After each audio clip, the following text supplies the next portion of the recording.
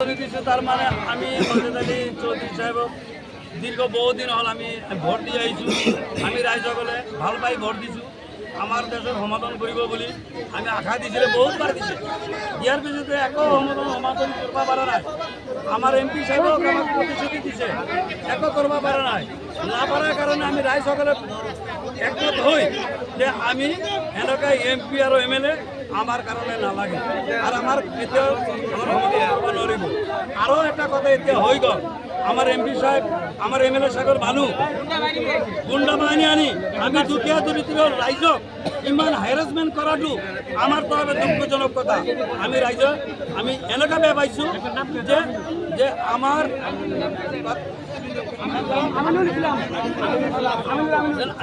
আমিনুল ইছলাম আমি ইয়াত ৰাইজে সকলোৱে কৈ আছে, আমি সকলোৰে কথা নহয়। কোন কোন কোন কোন কি হয় আমিনুল ইসলাম? কি হয় পয়সা আমিনুল ইসলাম কোন?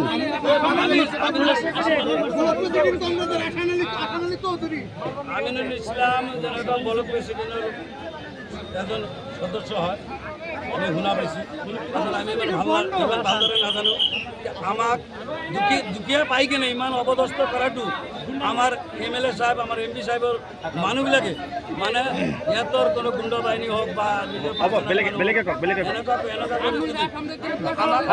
আমাক এই অপমান কৰাৰ, দুখীয়া মানুহক অপমান কৰাৰ আমাৰ বিচাৰ লাগে। নহ'লে আমি ৰাইজে আমি এইটো কেতিয়াও মানি নলওঁ। আজি নহয়, আমাৰ লাইফত আমি মানি নলওঁ।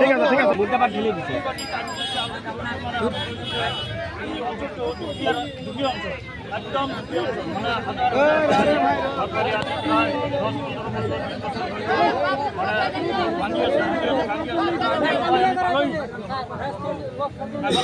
এই মানুহবিলাক যাব ক'ত যদি ভাঙি যায়, সব মানুহ যদি ভাঙি যায়, মানুহবিলাক যাব ক'ত? আজি প্ৰায় 25 বছৰ ধৰি MLA আছে, মানে ইয়াৰে পালন কৰিব লাগে, ইয়াৰে সম্পত্তি বনাব লাগে, এইটো নহ'ব ন।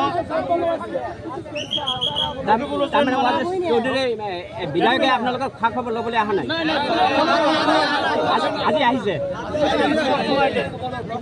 আজি বৰ্তমান আহিলে মানে নদীৰ কামতো ই ব্যস্ত নাই, ই পঞ্চায়ত লৈ ব্যস্ত আছে। কাক প্ৰেচিডেণ্ট বনাব, কাক কি কৰিব সেইটো লৈ ব্যস্ত আছে। গামছা কোনে কাক দিব, মেম্বাৰ চব গোটাই লৈ মানে সেইটো কামত ব্যস্ত আছে, নদীৰ কামত কোনো ব্যস্ত নাই।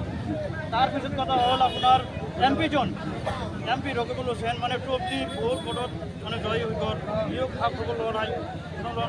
আমি এতিয়া অসমৰ মাননীয় মুখ্যমন্ত্ৰী মহোদয় আৰু জলসম্পদ মন্ত্ৰী জনাওঁ নদীৰ কাম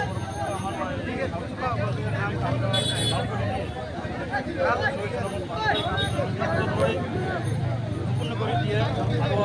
আৰু